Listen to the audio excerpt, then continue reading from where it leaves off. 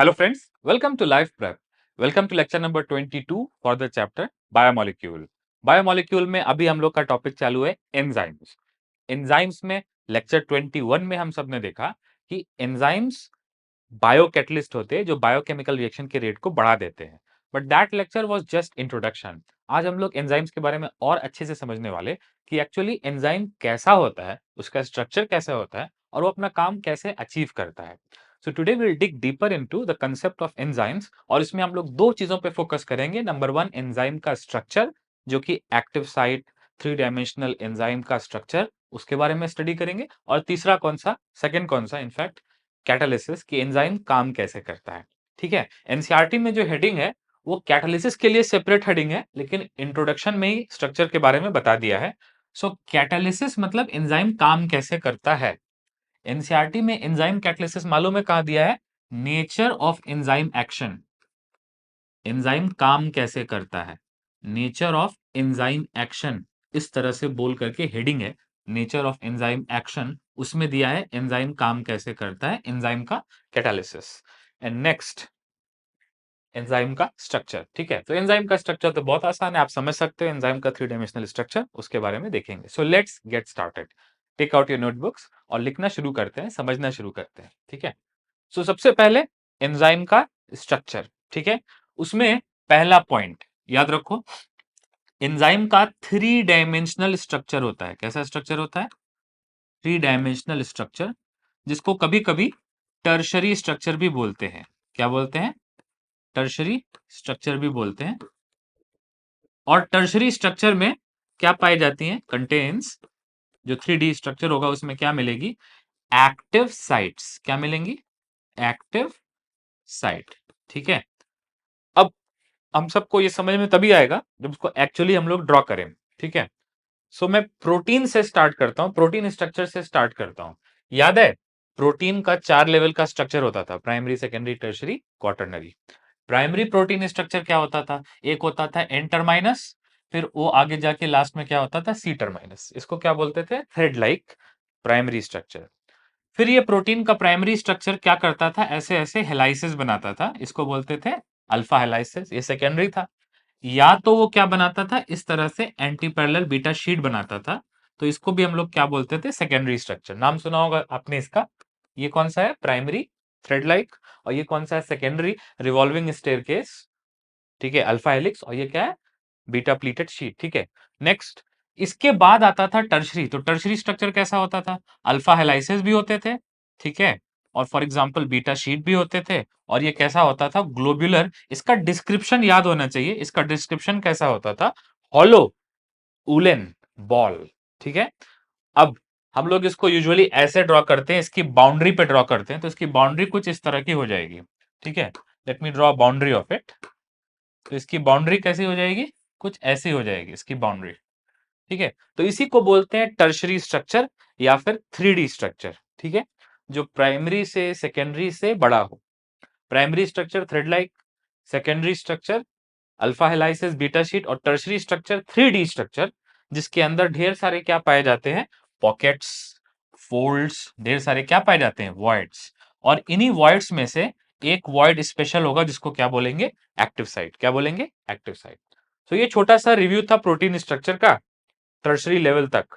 ठीक है, तो अब मैं क्या कर रहा हूं, अब मैं डायरेक्टली टर्शरी स्ट्रक्चर एंजाइम का बना रहा हूं। ठीक है, तो एंजाइम का टर्शरी स्ट्रक्चर कैसा होगा, इस तरह से होगा, हॉलो उलन बॉल, ऐसे एक रफ ग्लोबुलर स्ट्रक्चर होगा। ठीक है, और इसके अंदर क्या मिलेंगी, बहुत सारे क्रेवाइसेस, पॉकेट्स, फोल्ड्स, ऐसे करके बहुत सारे मिलेंगे। ठीक है, ये सब इसके एंजाइम के सरफेस पे पाए जाने वाले फीचर्स हैं। लेकिन इन्हीं में से एक खास है जिसका नाम क्या है, एक्टिव साइट। नाम क्या है, active site. So active site को बस मैं ऐसे एक स्टार से रिप्रेजेंट कर रहा हूं। ये कौन सी साइट है, एक्टिव साइट है।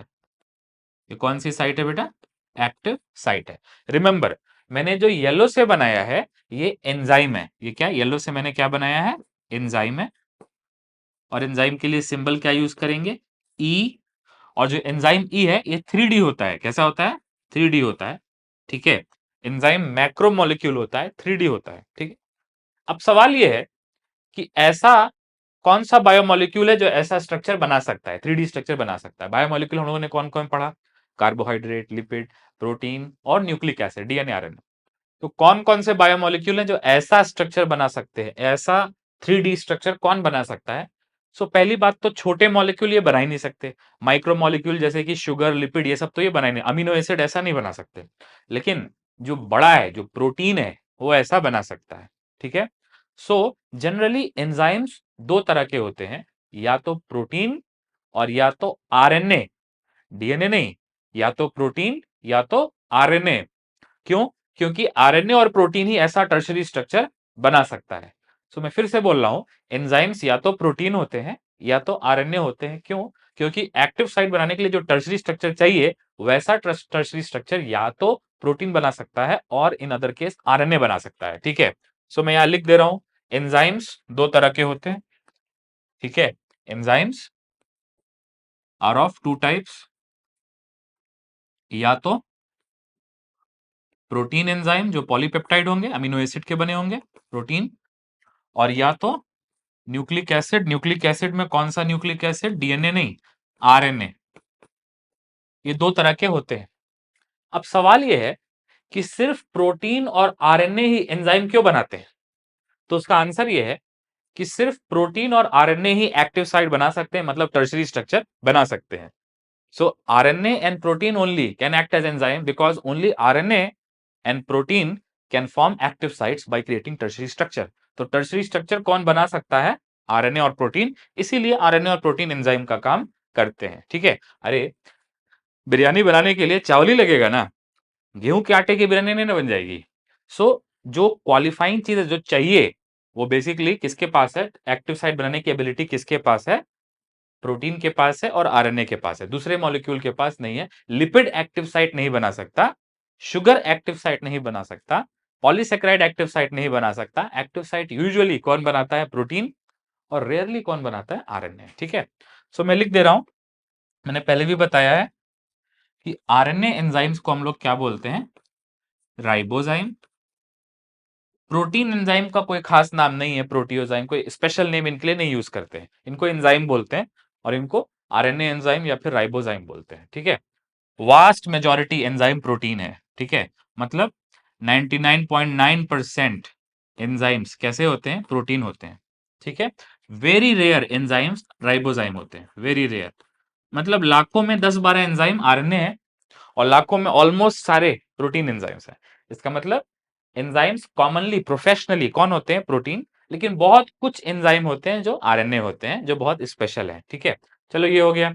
तो मैं एक बार असर्शन रीजन के फॉर्म में लिखवा देता हूं। असर्शन क्या है? Only proteins and RNA. लेकिन याद रखना जनरली प्रोटीन ही होता है, आरएनए बहुत रेयर है। Only proteins and RNA can act as enzyme, can act as enzyme. और इसका रीजन क्या है? क्योंकि प्रोटीन और आरएनए का ही यूजुअली क्या होता है? एक्टिव साइट बनाने की ability. So only protein and RNA can form कौन सी साइट? Active site. ठीक है। क्यों? क्योंकि इनके पास कौन सा स्ट्रक्चर होता है? प्रोटीन और आरएनए के पास कौन सा स्ट्रक्चर होता है बेटा? Tertiary structure. ठीक है। सिर्फ प्रोटीन और आरएनए के पास ही टर्शरी स्ट्रक्चर होता है यूजुअली, इसलिए आरएनए और प्रोटीन ही एंजाइम का काम कर सकते हैं। तो एंजाइम का काम करने के लिए क्या आना चाहिए? टर्शरी स्ट्रक्चर, यानी एक्टिव साइट बनाना आना चाहिए।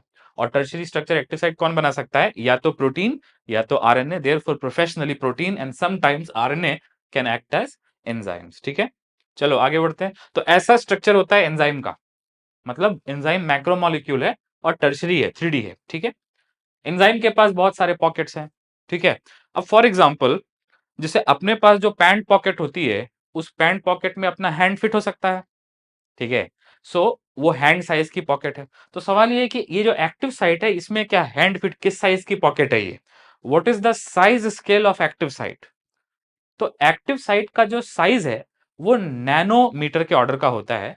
सो एक्टिव साइट एक नैनो स्ट्रक्चर है। कैसा स्ट्रक्चर है? नैनो स्ट्रक्चर है, नैनो स्ट्रक्चर है, मतलब इसकी जो साइज है ये मॉलिक्यूल के साइज के कंपैरिजन की, जितना बड़ा मॉलिक्यूल्स होता है उतना बड़ा एक्टिव साइट होता है, ठीक है। So active site is a nano structure, ठीक है, एक बहुत छोटा स्ट्रक्चर है। सो मॉलिक्यूल के साइज का स्ट्रक्चर है, ठीक है। देखो हिंदी में एक कहावत है, जहां पे सुई काम आती है वहां पे तलवार काम नहीं आती है। तो वैसे ही अगर मॉलिक्यूल का बॉन्ड तोड़ना है तो नैनो स्ट्रक्चर बनाना पड़ेगा, मतलब छोटा स्ट्रक्चर बनाना पड़ेगा जहां पे मॉलिक्यूल की बॉन्ड टूट सके या मॉलिक्यूल की बॉन्ड बन सके। So active site is just the perfect size of a structure which can actually create or break bonds between molecules, between atoms, ठीक है। सो बेसिकली क्या है, एक्टिव साइट नैनो स्ट्रक्चर है, बहुत ही छोटा सब माइक्रोस्कोपिक स्ट्रक्चर है एक्टिव साइट, ठीक है। नाउ एक्टिव साइट कौन बना सकता है, एंजाइम, ठीक है। अब देखो क्या होगा, अभी जो मैं बता रहा हूं कहानी की तरह बता रहा हूं, बहुत इंटरेस्टिंग है, ठीक है। सो एक्टिव साइट पे एंजाइम का सबस्ट्रेट आएगा, क्या आएगा, एंजाइम का सबस्ट्रेट, ठीक है। अब मैं एक एग्जांपल ले रहा हूं, एग्जांपल तो मैं ले सकता हूं, मान लो सबस्ट्रेट से क्या बन रहा है, प्रोडक्ट बन रहा है, ठीक है। सबस्ट्रेट को हम लोग क्या बोलते हैं, एस, और प्रोडक्ट को हम लोग क्या बोलते हैं, पी, ठीक है। प्रोडक्ट को क्या बोलते हैं, पी, ठीक है। अब इसके लिए और इसके लिए क्या होता है, एंजाइम होता है, सबस्ट्रेट से प्रोडक्ट पी बनाने के लिए क्या होता है, एंजाइम होता है, ठीक है। अब इसका मैं एक एग्जांपल ले रहा हूं, ठीक है। अगर तुम बुरा ना मानो तो इसके लिए मैं एक एग्जांपल ले रहा हूं जस्ट फॉर एक्सप्लेनेशन। तो मैं सबस्ट्रेट का एग्जांपल ले रहा हूं ग्लूकोज, ठीक है, ग्लूकोज। और मैं प्रोडक्ट का एग्जांपल ले रहा हूं गैलेक्टोज, ठीक है, ग्लूकोज से गैलेक्टोज। और इसका जो एंजाइम है वो एंजाइम है ग्लूकोज 4 एपिमेरेज, ठीक है। तो समझाने के लिए, ताकि बात समझ में आ जाए, इसलिए मैं ये एक केस ले रहा हूं, ठीक है, समझाने के लिए। ऐसा हर जगह होगा, सबस्ट्रेट अलग होगा, हो सकता है सबस्ट्रेट CO2H2O हो और प्रोडक्ट कार्बोनिक एसिड हो, और यहाँ पे एंजाइम हो कार्बोनिक एनहाइड्रेस, ठीक है। लेकिन समझाने के लिए मैं एक ऐसा एग्जांपल ले रहा हूं जिसमें सबस्ट्रेट भी एक ही है और प्रोडक्ट भी एक ही है। ऐसा हो सकता है सबस्ट्रेट दो हो, तीन हो, प्रोडक्ट एक हो, दो हो, तीन हो, वॉटेवर, ठीक है। लेकिन मैंने एक ऐसा सिंपल सा रिएक्शन लिया है जिसमें एक सबस्ट्रेट, एक प्रोडक्ट, एक enzyme, very very simple, no confusion, ठीक है। सो देखो, तो सबसे पहले होगा क्या कि एक्टिव साइट पे सबस्ट्रेट आएगा। रिमेंबर ग्लूकोज छोटा है मॉलिक्यूल, ये एंजाइम बहुत बड़ा है। तो यहां पे क्या आएगा, यहाँ पे सबस्ट्रेट आएगा। तो मैं लिख रहा हूं कि यहाँ पे क्या आएगा, सबस्ट्रेट। सबस्ट्रेट एक भी हो सकता और प्लूरल भी हो सकता है। तो सबस्ट्रेट जो भी है वो कहां पे आना पड़ेगा, उसको एक्टिव साइट पे आना पड़ेगा। अब एक लॉजिकल सवाल ये है कि क्या एक्टिव साइट पे सबस्ट्रेट, एक्टिव साइट सबस्ट्रेट को क्या खींचेगा, क्या क्या पुल करेगा क्या, तो दूर से कुछ नहीं कर सकता। इसका मतलब सबस्ट्रेट एक्टिव साइट पे, ये जो सबस्ट्रेट एस है ये एक्टिव साइट पे खींच के नहीं आ रहा है, रेदर डिफ्यूजन से आ रहा है, ठीक है। जैसे आप अपने क्लासरूम में सीट पे जाके बैठ गए, तो क्या सीट ने तुमको खींचा क्या, या आप अपने से जाके बैठ गए, अपने से जाके बैठ गए सोफा पे, सीट पे, वॉटेवर, ठीक है। सो वैसे ही ये जो सबस्ट्रेट है इसको एक्टिव साइट पुल नहीं करेगा, सबस्ट्रेट डिफ्यूज होकर के आएगा। तो कैसे आएगा सबस्ट्रेट यहाँ पे, डिफ्यूजन से। कैसे आएगा, डिफ्यूजन से। और एक बात और नोटिस करो कि यहाँ पे एरो मैंने दोनों तरफ बनाई है, तो सबस्ट्रेट आएगा और वापस भी जा सकता है एक्टिव साइट से, मतलब सबस्ट्रेट का आना कैसा है, रिवर्सिबल है। कैसा है, रिवर्सिबल है, ठीक है।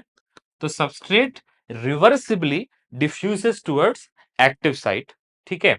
और जब सबस्ट्रेट यहां पे आ जाएगा तो एंजाइम सबस्ट्रेट के साथ, मतलब येलो वाला एंजाइम वो एस सबस्ट्रेट के साथ जुड़ जाएगा, मतलब टेम्परेरी से ही जुड़ जाएगा। तो क्या बन जाएगा, एंजाइम सबस्ट्रेट कॉम्प्लेक्स। क्या बन जाएगा, एंजाइम सबस्ट्रेट कॉम्प्लेक्स। अब बहुत सी बात बतानी है, फिर से बता रहा हूं, ठीक है। सो एंजाइम बड़ा मॉलिक्यूल होता है, या तो प्रोटीन या तो आरएनए। और एंजाइम का कैसा स्ट्रक्चर होता है, 3D स्ट्रक्चर। एंजाइम की सबसे रिमार्केबल बात है उसके पास कौन सी साइट होती है, active site, which is also a nano structure, ठीक है। तब एंजाइम के एक्टिव साइट पे इधर उधर सबस्ट्रेट आएगा, कोई काम नहीं। For example this same very substrate अगर ये इधर आए तो यहाँ पे इसका कोई काम नहीं है, इधर आए यहाँ पे इसका कोई काम नहीं है, ठीक है। जैसे आप अपने स्कूल में कहा, क्लासरूम में जाके बैठते हो। आप अपने स्कूल में जब जाते हो तो क्या डायरेक्ट जाके किसी टीचर के केबिन में या किसी के प्रिंसिपल के ऑफिस जाते हो क्या, या कंप्यूटर ऑपरेटर के पास जाते हो क्या, नहीं। आप जाते हो तो अपने क्लासरूम, अपने सीट पे जाते हो। तो वैसे ही सबस्ट्रेट की सीट क्या है? सबस्ट्रेट की सीट है एक्टिव साइट। इसका मतलब सबस्ट्रेट को कहां जाना है? एक्टिव साइट में जाना है। सबस्ट्रेट का स्ट्रगल कहां है? एक्टिव साइट पे जाने के लिए है। इसलिए एक्टिव साइट का एक नाम और हो गया सबस्ट्रेट बाइंडिंग साइट। क्या नाम हो गया? Substrate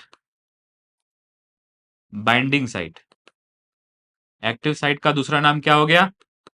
substrate binding site. Substrate कहां जाके बाइंड करेगा?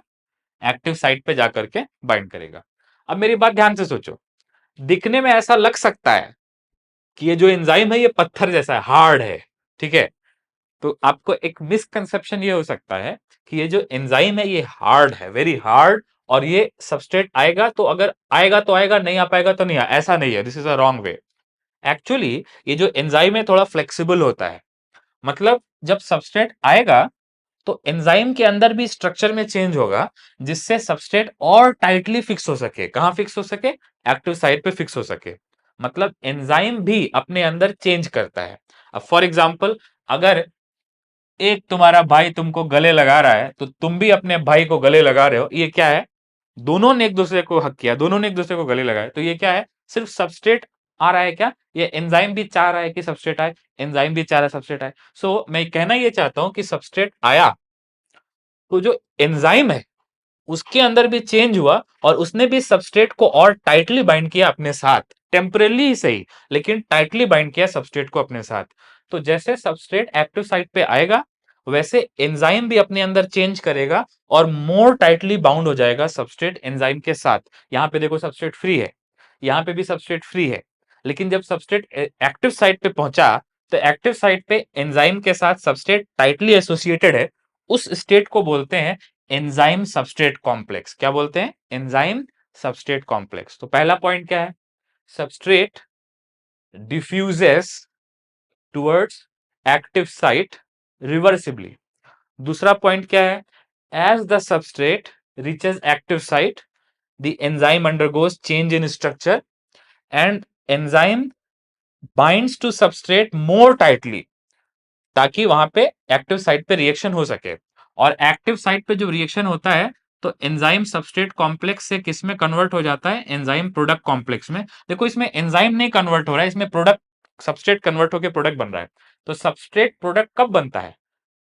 अकेले अकेले अपने उस पे, या एंजाइम भी उसके साथ होता है? एंजाइम उसके साथ होता है। तो जिस वक्त सबस्ट्रेट से प्रोडक्ट बन रहा है जिस समय, उस समय एंजाइम का वहां होना जरूरी है। मतलब एक्टिव साइट पे ही ये रिएक्शन हो सकता है। क्या ये रिएक्शन सबस्ट्रेट से प्रोडक्ट कहीं भी हो सकता है क्या? कि यहां पे भी सबस्ट्रेट से प्रोडक्ट, यहां पे भी नहीं, ऐसा नहीं है। सबस्ट्रेट से प्रोडक्ट सिर्फ कहां बनेगा? एक्टिव साइट पे। इसलिए एक्टिव साइट का एक और नाम है कैटालिटिक साइट। एक और नाम क्या है? Catalytic site. कैटालिटिक साइट, ठीक है। सो देखते चलो बस आप। सबसे पहले substrate diffuses towards active site, उसके बाद once at the active site enzyme binds tightly with substrate to form enzyme substrate complex. At active site enzyme substrate complex converts into enzyme product complex. और एक बार product बन गया तो फिर वहां पे और कुछ काम नहीं है, तो वहां पे प्रोडक्ट क्या हो जाएगा? रिलीज हो जाएगा। सो वहां पे प्रोडक्ट क्या हो जाएगा? रिलीज हो जाएगा। सो प्रोडक्ट एक भी हो सकता, कई सारे भी हो सकते, प्रोडक्ट्स भी हो सकते, और जो भी है वो रिलीज हो जाएगा। कैसे रिलीज होगा? Once again diffusion. कैसे रिलीज होगा? डिफ्यूजन। लेकिन नोटिस करो कि यहां पे रिवर्सिबली आया था, लेकिन यहां से जो जा रहा है ये कैसे जाता है? इरिवर्सिबली जाता है। कैसे जाता है? इरिवर्सिबली। कैसे जाता है? इरिवर्सिबली, ठीक है। सो अगर इस पूरे को हम लोग इक्वेशन के फॉर्म में लिखें तो इक्वेशन के फॉर्म में एंजाइम कैटालिसिस को क्या लिख सकते हैं? ऐसे लिख सकते हैं, ध्यान से देखो। एंजाइम कैटालिसिस की इक्वेशन कैसे लिख सकते हैं? एंजाइम कैटालिसिस की इक्वेशन कैसे लिख सकते हैं? पहले क्या था? एंजाइम ई। पहले तो सिर्फ एंजाइम था ना, फिर उसमें क्या आया? सबस्ट्रेट एस आया। क्या आया? सबस्ट्रेट एस आया। आप मुझे बताओ सबस्ट्रेट एंजाइम के साथ कैसे लगा? रिवर्सिबली। कैसे लगा? ये एरो क्या है? रिवर्सिबली, ठीक है। तो क्या बन गया? एंजाइम सबस्ट्रेट कॉम्प्लेक्स बन गया कि नहीं बन गया? Enzyme substrate. फिर एंजाइम सबस्ट्रेट कॉम्प्लेक्स किस में कन्वर्ट हुआ? एंजाइम प्रोडक्ट कॉम्प्लेक्स में। किसमें कन्वर्ट हुआ? एंजाइम प्रोडक्ट कॉम्प्लेक्स में। ये बात बहुत जरूरी है देखना कि ये रिएक्शन इरिवर्सिबल है, मतलब एक एक्टिव साइट पे रिएक्शन एक डायरेक्शन में होता है, दोनों डायरेक्शन में नहीं होता है, ठीक है। नेक्स्ट, फिर एंजाइम अलग हो गया, एंजाइम अलग हो गया और प्रोडक्ट अलग हो गया। ये वाला जो एरो है ये भी इरिवर्सिबल है, क्योंकि अगर मान लो प्रोडक्ट वापस यहां चला भी जाए तो भी वापस सबस्ट्रेट तो बन नहीं सकता। सो ये रिएक्शन भी कैसा है? इरिवर्सिबल है, ठीक है। सो इसमें रिवर्सिबल रिएक्शन कौन सा है? Formation of enzyme substrate complex, ये कैसा है? रिवर्सिबल। और एंजाइम सबस्ट्रेट से एंजाइम प्रोडक्ट और एंजाइम प्रोडक्ट से फ्री एंजाइम और प्रोडक्ट, ये कैसा रिएक्शन हो गया? दोनों इरिवर्सिबल हो गए, ठीक है। सो मैं ध्यान से यहां पे लिख दे रहा हूं, ई और एस तो आप समझ रहे हो, ई एस जब साथ में है तो इसका मतलब क्या है? Enzyme substrate complex, enzyme substrate complex. और ईपी का सिमिलरली मतलब क्या है? Enzyme product complex, enzyme product complex, ठीक है। और नोटिस करो कि एंजाइम सबस्ट्रेट से एंजाइम प्रोडक्ट कॉम्प्लेक्स जो बन रहा है, इस वाली एरो को हम लोग क्या बोलते हैं? इस वाली एरो को हम लोग बोलते हैं कैटालिसिस। क्या बोलते हैं? कैटालिसिस, ठीक है। तो कैटालिसिस मतलब क्या? सबस्ट्रेट से प्रोडक्ट जहां बन रहा है उसको क्या बोलते हैं? कैटालिसिस। एक आखिरी बात और नोटिस करो, सबस्ट्रेट आया या आए और प्रोडक्ट बन गया या बन गए, लेकिन एंजाइम पहले भी ई है बाद में ई है, एंजाइम में कोई चेंज नहीं हुआ। तो एंजाइम पहले भी ई है बाद में भी ई है, सबस्ट्रेट एस से प्रोडक्ट पी बन गया लेकिन एंजाइम नहीं बदला, therefore you can say enzymes are catalyst. Enzyme को आप क्या बोल सकते हो? कैटलिस्ट। अब इसको मुझे लिखवाना पड़ेगा, ठीक है। सो मैं लिखवाता हूं, आप एक हेडिंग डालो, nature of enzyme action. Enzyme काम कैसे करता है? नेचर ऑफ एंजाइम एक्शन, मतलब सबस्ट्रेट कैसे बाइंड होता है, प्रोडक्ट कैसे बनता है, एटसेट्रा, ये सब लिखना पड़ेगा, ठीक है। सो राइट डाउन, कुछ इंपॉर्टेंट पॉइंट है, मैं पहले लिखवाता हूं। सबसे पहला पॉइंट क्या होगा बताओ जरा? पहला पॉइंट क्या होगा? कि सबस्ट्रेट आता है, कैसे आता है? डिफ्यूजन से आता है, रिवर्सिबली आता है, और कहां आता है? एक्टिव साइट पे। देयरफॉर एक्टिव साइट का नाम क्या हो गया? सबस्ट्रेट बाइंडिंग साइट, ठीक है। तो मैं लिखवा रहा हूं, सो राइट डाउन नेक्स्ट, ठीक है। पहला पॉइंट क्या हो जाएगा? सबस्ट्रेट जिसको हम लोग एस बोलते आए हैं, ये क्या करता है? खींचता है क्या एक्टिव साइट, या डिफ्यूज होके आता है? डिफ्यूज होके आता है। सबस्ट्रेट एस डिफ्यूजेस टुवर्ड्स कौन सा साइट? Active site. सबस्ट्रेट जो है वो एक्टिव साइट की तरफ डिफ्यूज होके आता है। Substrate S diffuses towards active site, therefore active site का दूसरा नाम क्या हो गया? Substrate binding site. इसलिए एक्टिव साइट को क्या बोलते हैं? सबस्ट्रेट बाइंडिंग साइट, ठीक है, समझ रहे हो। और ये प्रोसेस कैसे होता है? रिवर्सिबली, मतलब सबस्ट्रेट आ भी सकता है और वापस भी जा सकता है। ऐसा क्यों होता है? ऐसा इसलिए होता है कि मान लो सबस्ट्रेट से मिलता जुलता कोई दूसरा मॉलिक्यूल जो सबस्ट्रेट के जैसा है, वो आ करके यहां लग गया, तब तो प्रोडक्ट नहीं बन पाएगा, क्योंकि सबस्ट्रेट की जगह कुछ और आ गया है। सो इंटरेस्टिंगली, अगर कुछ गलत आ गया तो वापस भी जाना चाहिए। अगर अगर कुछ गलत आ गया और वो वापस नहीं गया, तब तो एंजाइम बेकार हो जाएगा ना।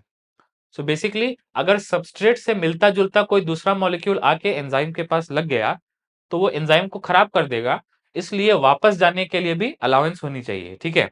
सो नेक्स्ट पॉइंट क्या है? लिखो, enzymes are enzymes are a highly specific to their substrate।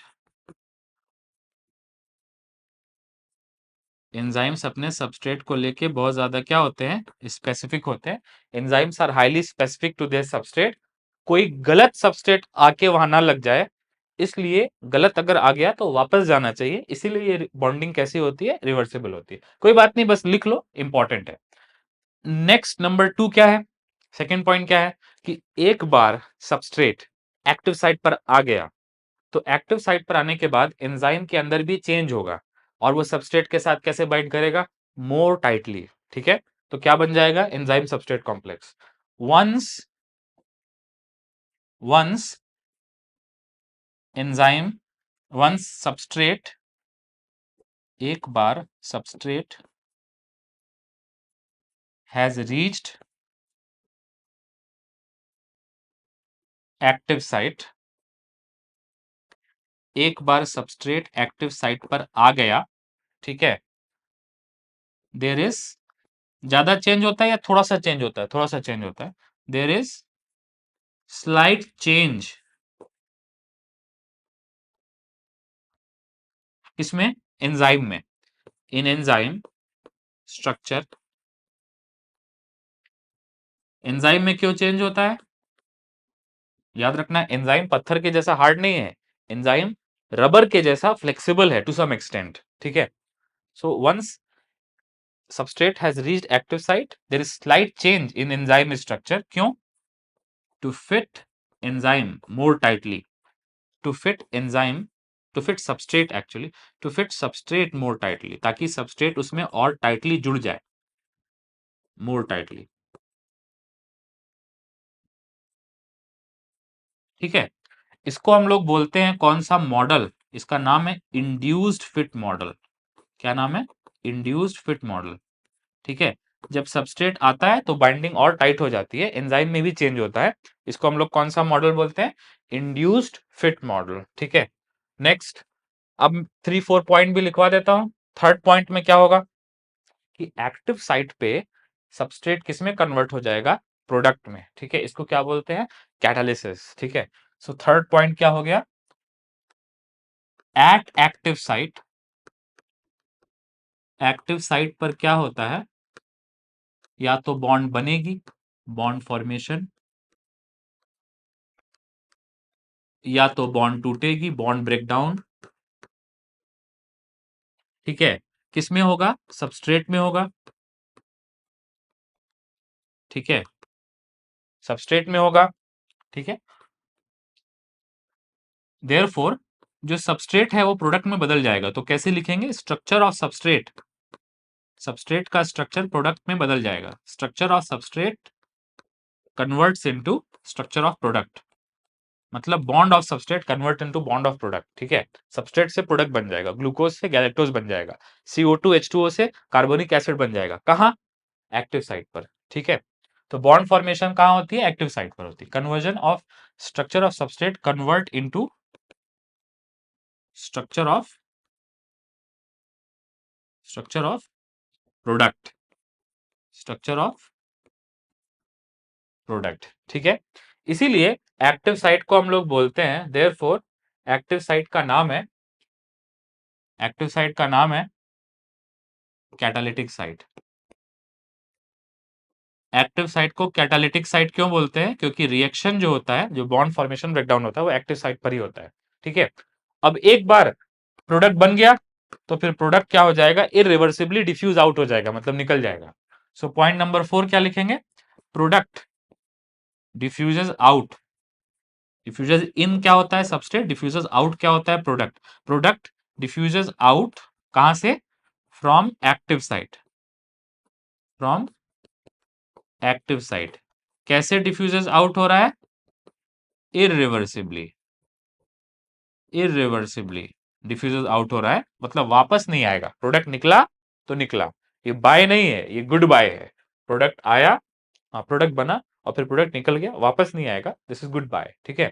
अब मैं क्या करता हूं, थोड़ा सा एनसीईआरटी रीड कर देता हूं, तो आपको कंटेक्स्ट भी अच्छे से समझ में आ जाएगा। तो let us read from NCERT, ठीक है। थोड़ा सा एनसीईआरटी में रीड कर देता हूं, ठीक है। एंजाइम्स जस्ट प्रोटीन स्ट्रक्चर के बाद ही दिया है, so if you have NCERT, आप एंजाइम देखो, ठीक है। क्या लिखा है?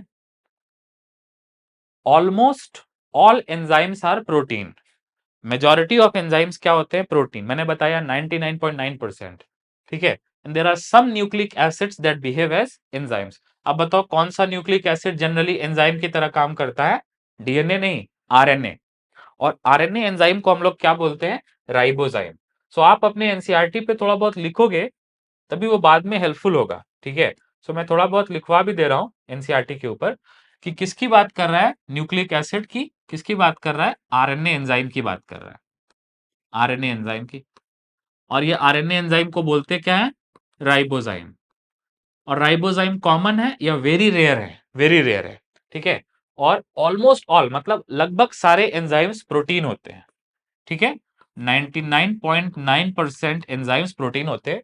Very few enzymes are RNA enzymes.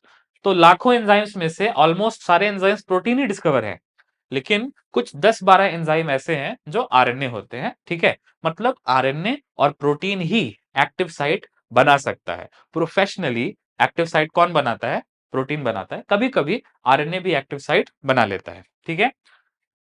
Next, उसके बाद इंपॉर्टेंट लाइन क्या है? आरएनए एंजाइम्स को क्या बोलते हैं? राइबोजाइम्स। नेक्स्ट, एंजाइम का स्ट्रक्चर कैसा होता है? लाइन डायग्राम से बना सकते, जो मैंने बाहर बाहर ऐसे लाइन डायग्राम बनाया ना, उसको क्या बोलते हैं? लाइन डायग्राम, ठीक है। तो एंजाइम के पास प्राइमरी होगा, सेकेंडरी होगा, मतलब थ्रेड लाइक होगा, उसके बाद फिर हेलाइसेस होंगे, लेकिन अल्टीमेटली सेकेंडरी के बाद कौन सा स्ट्रक्चर होगा? टर्शरी। याद रखो, एंजाइम के पास मिनिमम 3D टर्शरी स्ट्रक्चर होना चाहिए ही चाहिए, तभी तो एक्टिव साइट बनेगी। जब आप टर्शरी स्ट्रक्चर को देखते हो तो आप नोटिस करोगे कि प्रोटीन चेन जो है वो फोल्ड होकर के क्या बना लेती है? पॉकेट बना लेती है, क्रिस क्रॉस। मतलब चेन्स जब आपस में क्रिस क्रॉस होती हैं तो उसमें पॉकेट्स बन जाती है या क्रेवाइसेस बन जाते हैं, फोल्ड्स बन जाते हैं, ठीक है, गड्ढे बन जाते हैं। तो क्रेवाइसेस मतलब होता है गड्ढे। जैसे सड़क में गड्ढे होते हैं ना, पॉट होल, वैसे एंजाइम में क्रेवाइसेस होती है, पॉकेट्स होती है, ठीक है। और वैसे ही एक पॉकेट, कौन सा पॉकेट है? Active site. तो एक्टिव साइट छोटा सा स्ट्रक्चर है, जो प्रोटीन चेन्स जब फोल्ड हो रही हैं तो उसमें पॉकेट्स बन रही हैं, ठीक है। जैसे फॉर एग्जांपल, स्ट्रक्चर को समझने के लिए आप अपने कान को फील करो, ठीक है। कान में देखो गड्ढा है, कहीं कहीं कान उठा है, कहीं कहीं कान फोल्ड है। तो वैसे ही एंजाइम के सरफेस पे भी क्या होते हैं? पॉकेट्स, फोल्ड्स, क्रीजेस एटसेट्रा, ठीक है। एक्टिव साइट जो होती है वहां पे सबस्ट्रेट बाइंड करता है, इसका मतलब एक्टिव साइट ही सबस्ट्रेट बाइंडिंग साइट होती है, ठीक है।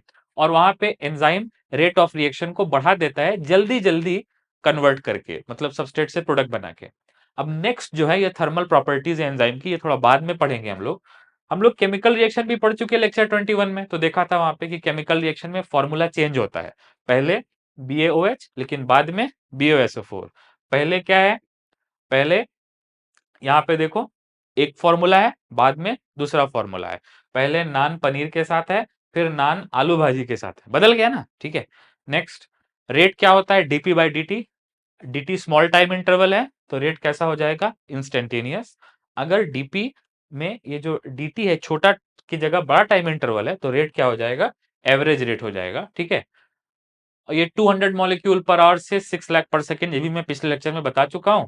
आज मैं ये जो 4 पॉइंट पढ़ाया हूं इस पे फोकस करने वाला हूं। वो 4 पॉइंट इस हेडिंग में दिया है, नेचर ऑफ एंजाइम एक्शन। कहां दिया है? Nature of enzyme action. तो जल्दी से इसको रीड कर लेते हैं। What is the nature of enzyme action? Enzyme के पास सबस्ट्रेट बाइंडिंग साइट होती है, मतलब एंजाइम के पास जो एक्टिव साइट है उसमें सबस्ट्रेट डिफ्यूज करके आता है, ठीक है। नेक्स्ट, जब सबस्ट्रेट आता है तो एक रिएक्टिव स्टेट आ जाती है, एंजाइम सबस्ट्रेट कॉम्प्लेक्स, मतलब एंजाइम सबस्ट्रेट के साथ टाइटली जुड़ जाता है, ठीक है। ये कॉम्प्लेक्स थोड़े समय के लिए रहता है और तुरंत उससे एंजाइम प्रोडक्ट कॉम्प्लेक्स बन जाता है। ये एरो देखो, ये वही है जो मैंने अभी आपको बताया। यहां पे आप इसको ऐसे बना लो, क्योंकि ये कैसे बनता है? रिवर्सिबली। और ये दोनों रिएक्शन कैसे होते हैं? इरिवर्सिबली। इस इतने को आप बोल सकते हो formation of enzyme substrate complex. इस वाले को आप बोल सकते हो DK of EP complex into enzyme and product. तो ये फॉर्मेशन है और ये डीके है, लेकिन बीच में क्या है? कैटालिसिस है। तो ये क्या है? कैटालिसिस है। यहां पे रिएक्शन हो रहा है, यहां पे सबस्ट्रेट से प्रोडक्ट बन रहा है। ये रिएक्शन एक्टिव साइट पर ही होता है और कहीं नहीं होता है, ठीक है। 4 स्टेप्स में से पहला स्टेप क्या है? सबसे पहले सबस्ट्रेट बाइंड करेगा, कहां पे? एक्टिव साइट पे, और वहां के और फिट हो जाएगा, तो क्या बन जाएगा? Enzyme substrate complex. Binding of substrate induces enzyme to alter it shape. जब सबस्ट्रेट आया तो एंजाइम में भी स्ट्रक्चर चेंज हुआ और एंजाइम सबस्ट्रेट के साथ टाइटली जुड़ गया, ठीक है। ईएस कॉम्प्लेक्स बन गया। Next, active site of enzyme पास में है, क्लोज प्रॉक्सिमिटी, मतलब पास में है, वेरी क्लोज है। किसके साथ है? एक्टिव साइट और सबस्ट्रेट बहुत पास में है। एंजाइम का एक्टिव साइट और सबस्ट्रेट जो आया है वो एकदम पास में है। क्लोज प्रॉक्सिमिटी मतलब वेरी क्लोज, प्रॉक्सिमिटी मतलब नियर बाई, ठीक है, ऑफ सबस्ट्रेट। और सबस्ट्रेट में बॉन्ड ब्रेक होगी या नई बॉन्ड बनेगी, तो उससे सबस्ट्रेट का स्ट्रक्चर किसमें कन्वर्ट हो जाएगा? प्रोडक्ट में। अब उसको एंजाइम प्रोडक्ट कॉम्प्लेक्स बोलेंगे, ठीक है। नेक्स्ट लास्ट में क्या होगा कि एंजाइम प्रोडक्ट को क्या कर देगा? रिलीज, और फ्री एंजाइम अगले सबस्ट्रेट के इंतजार में फिर लग जाएगा। तो वही हम लोगों ने आज देखा इस वीडियो में कि सबसे पहले सबस्ट्रेट आया और टाइटली फिट हो गया, ईएस कॉम्प्लेक्स बन गया। फिर एक्टिव साइट पर ईएस से ईपी बना, मतलब बॉन्ड फॉर्मेशन, बॉन्ड ब्रेकडाउन, और उसके बाद ईपी कॉम्प्लेक्स डिके होके क्या बन गया? प्रोडक्ट। और एंजाइम जैसा पहला था, as good as new, is ready to accept the next substrate molecule through diffusion. So ये जो प्रोसेस है और ये जो अपना इक्वेशन है, ये बहुत इंपॉर्टेंट है। आज मैंने आपको बताया कि एंजाइम्स आर आइदर प्रोटीन्स और आरएनए, क्योंकि इन्हीं दोनों को एक्टिव साइट बनाने आता है, इन्हीं दोनों के पास टर्शरी स्ट्रक्चर होता है। एंजाइम कैटालिसिस एक डायरेक्शन में प्रोसीड करता है। कहां पे होता है? एक्टिव साइट पर होता है। एक्टिव साइट नैनो स्ट्रक्चर है। एक्टिव साइट के दो और नाम क्या है? Substrate binding site, because substrate वहीं आके बाइंड करेगा। एक्टिव साइट का एक और नाम है which is catalytic site, because the actual process of bond formation or breakdown occurs at the very active site. Thank you so much for watching. I hope this lecture was helpful. I'll see you in the coming lectures.